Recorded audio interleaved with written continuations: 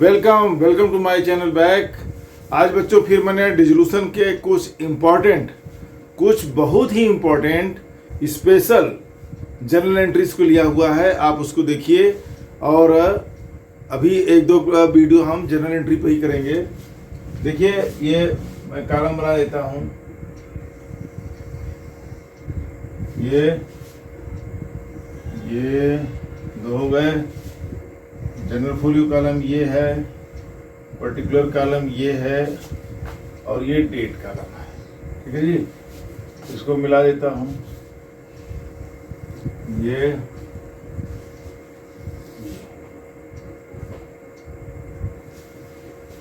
हो गया आपका डेट, पर्टिकुलर,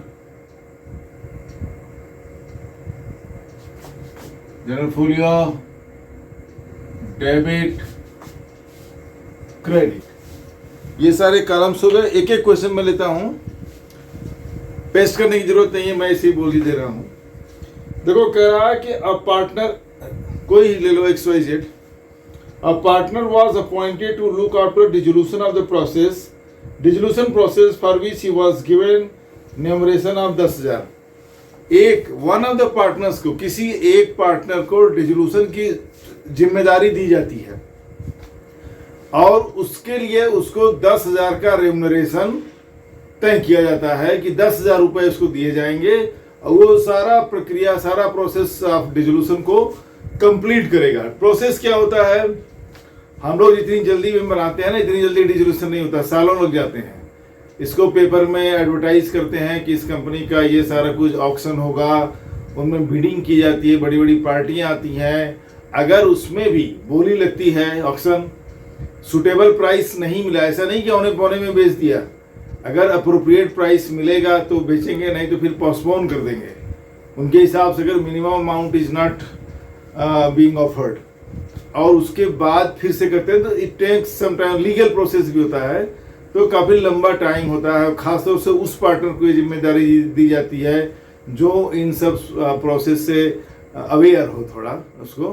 तो इस तरह से अगर मान लीजिए कुल मिलाकर के कॉन्ट्रैक्ट हो गया कि एक पार्टनर है, उसको जिम्मेदारी दी जाती है और 10,000 रुपये मामला तय होता है, तो एंट्री क्या आएगी? देखिए ये रियलाइजेशन एक्सपेंस है, कंपनी का काम है इसको पेमेंट करना, तो सीधे सीधे आ जाएगा। देखिए पहला ट्रांजैक्शन है realisation account debit, realisation account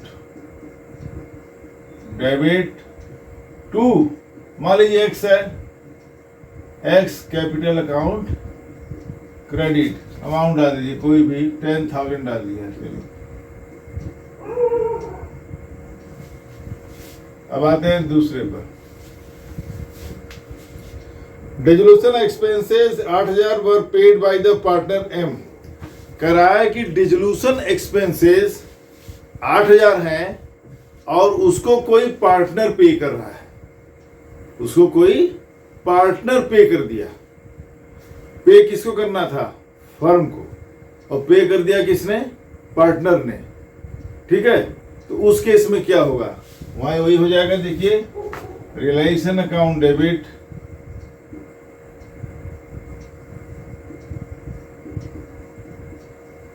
$8,000 to उसका फिर वही कैपिटल हो जाएगा, क्योंकि उसने फर्म के बिहाफ पर पे किया है तो फर्म उसको ट्रांसफर कर देगी, उसके कैपिटल में ऐड हो जाएगा। टू मान लीजिए X capital account 8,000।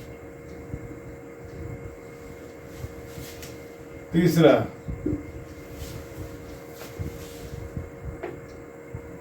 Dissolution expenses पर 5,000। अब इसे सिंपल लिखा है कि डिसोल्यूशन एक्सपेंसेस वर जस्ट 5,000, कुछ नहीं लिखा किसने पे किया किसने नहीं किया। क्या हो जाएगा? सीधे dissolution to bank, sorry realization to bank, dissolution नहीं realization, realization account debit to bank account credit. कितना है? 5,000।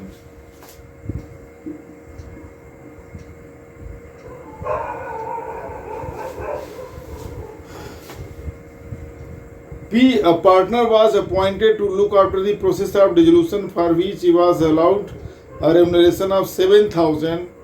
P agreed to bear the dissolution expenses. Actual dissolution expenses were 4,000 were paid by P. देखो कह रहा है कि कोई किसी पार्टनर को अपॉइंट किया गया डिसोल्यूशन एक्सपेंसेस के लिए और उसको 7,000 का रेम्यूनरेशन तय हुआ कि 7,000 रुपए उसको मिलेंगे, ये उसका कॉन्ट्रैक्ट हुआ। लेकिन कह रहा है कि agreed to the dissolution expenses, actual expenses आए 4,000 पेड बाय हिम। कोई पार्टनर पी है, उससे 7,000 रुपये मामला तय हुआ, एक्चुअली में 4,000 आए जो उसने दे दिया। तो एक्चुअली में क्या आया क्या नहीं आया उससे कोई मतलब नहीं है, कंपनी का पार्टनर से क्या एग्रीमेंट हुआ बस उससे मतलब है। कंपनी से पार्टनर का एग्रीमेंट हुआ 7,000 का, खर्चा चाहे वो आए 4,000, चाहे आए 8,000, चाहे आए 12,000, चाहे आए 2,000, ये कंपनी से कोई मतलब नहीं है। जो कंपनी से तय हुआ है कंपनी वो चीज उसको देना पड़ेगा। या फिर क्या आ जाएगा चौथा, रियलाइजेशन अकाउंट, अगेन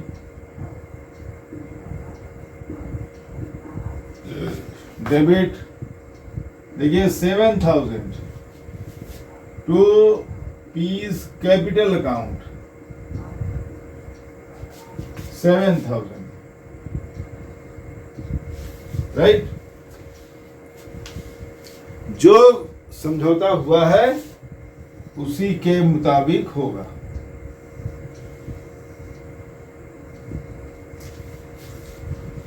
एक और आ जाएगा ट्रांजैक्शन। अब देखो, N, a partner was appointed to look after process of dissolution for which he was allowed a remuneration of 9,000.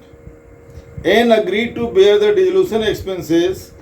9,000 रुपये बात तय हुई एक पार्टनर के साथ, पार्टनर ने सारे रेजोल्यूशन एक्सपेंसेस को बेयर करने के लिए एग्री किया और एक्चुअल एक्सपेंसेस आए 4,000। अच्छा, that was paid by firm. इसमें 2 एंट्री आ जाएगी, ठीक है। फर्क क्या ऊपर वाले में भी आया जो खर्चा उसने खुद पे किया, तीसरे रियलाइजेशन ने उसके कैपिटल को क्रेडिट कर दिया जो उसको देना था। यहाँ पर दोनों चीजें हैं, रियलाइजेशन से कैपिटल तो क्रेडिट होगा 9,000, लेकिन वो पैसे जो भी आए वो कंपनी ने दिए, खुद उसने नहीं दिए, तो 4,000 काटेगी कंपनी। क्या करेगी? 4,000 काट लेगी।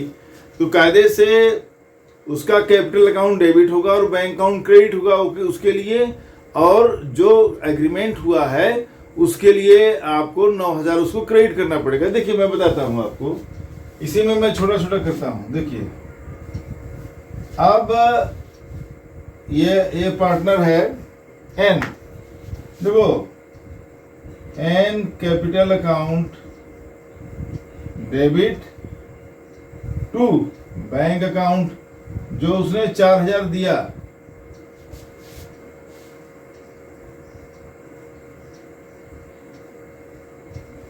अब एक दूसरी एंट्री आ जाएगी इसी में, जो उनका एग्रीमेंट हुआ रियलाइजेशन टू कैपिटल। देखो इसमें आ जाएगा कि नहीं आ जाएगा?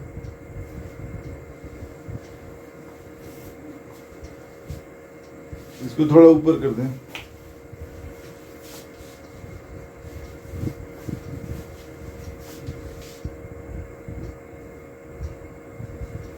अब देखो आ जाएगा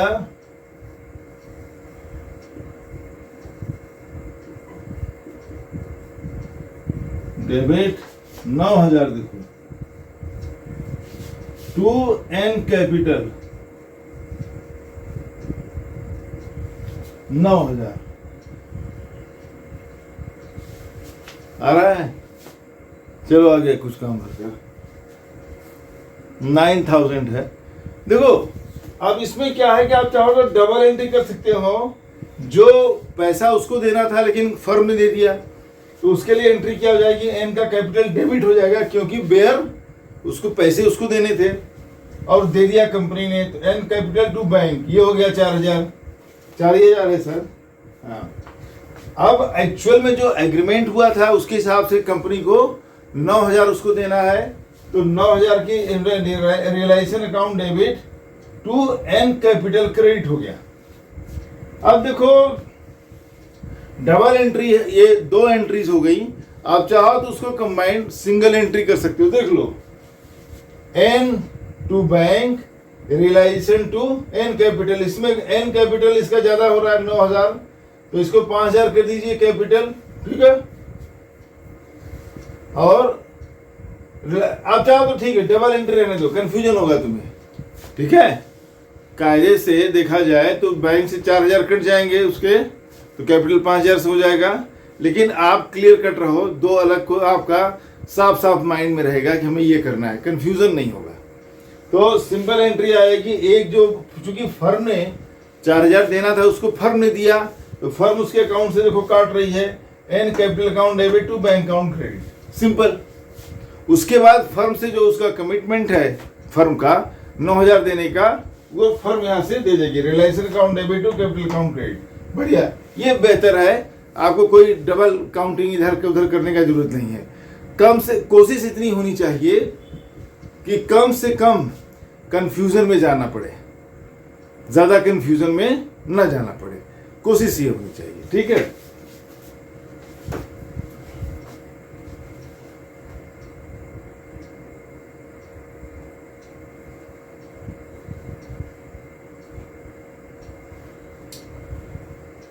Q, a partner was appointed to look after the process of dissolution for which he was allowed a remuneration of 18,000.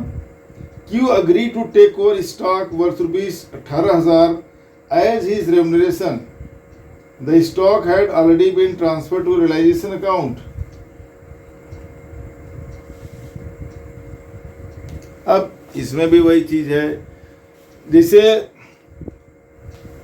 बोल रहा है कि 18,000 तय हुआ रेमुनरेशन का, लेकिन रेमुनरेशन को ना लेकर के उसने क्या करा, 18,000 का स्टॉक ले लिया।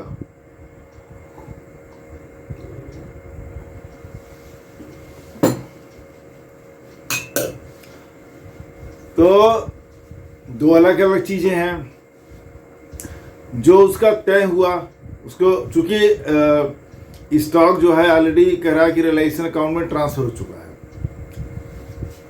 तो आपको अलग अलग लेफ्ट राइट की प्रॉब्लम आ जाएगा। तो आप 2 सेपरेट एंट्रीज कर दो। मैं इधर जगह नहीं है, मैं इधर कर दे रहा हूं। पहला तो देखिए कह रहा है ये, मैं फिर से पढ़ देता हूं। Q, a partner was appointed to look after process of dissolution for which he was allowed a remuneration of 18,000. Q agreed to take over stock worth 18,000 as his remuneration.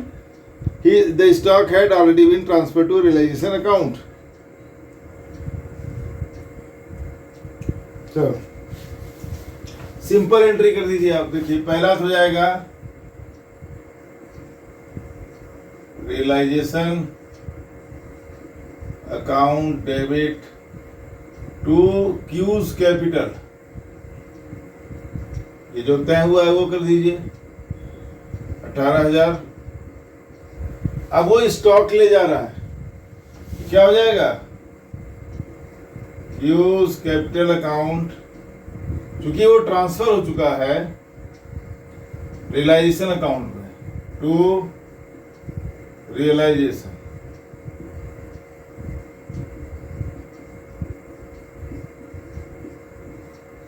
ये हो गया। देखिए ये 1 5 1 6 एंट्रीज बहुत मुझे इंपॉर्टेंट लगी।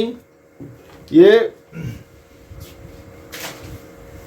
तो मैंने इसको लिया, ये बहुत ही इंपॉर्टेंट एंट्रीज हैं। बच्चे अक्सर कंफ्यूज, अलग अलग सिचुएशन है, 6 एक तरह सिचुएशन है, तो आप सिंपल में जाइए, कॉम्प्लेक्स में मत जाइए, कंपाउंड एंट्री के चक्कर में मत पड़िए कि 2 उसको मिला दें। सिंपल एंट्रीज पाइए, इसका तो ये हो जाएगा, बाकी इसमें था लेकिन हमने सिंपल ही किया हुआ है, इसीलिए कि आप उसको समझिए और सिंपल वे में करिए, ज़्यादा उसमें कॉम्प्लिकेशन में नहीं जाना है। तो मिलता हूं दोस्तों नेक्स्ट वीडियो में। प्लीज़ मेरे चैनल को सब्सक्राइब कीजिए और मेरा चैनल भी थोड़ा प्रमोट कर दीजिए, अपने दोस्तों में शेयर कीजिए, और किसी कोई प्रॉब्लम है तो आप नीचे कमेंट में लिखिए, मैं उसको सॉल्व कर दूंगा। प्लीज़ थोड़ा सा हेल्प कीजिए। मिलता हूं नेक्स्ट वीडियो में। Thank you for watching.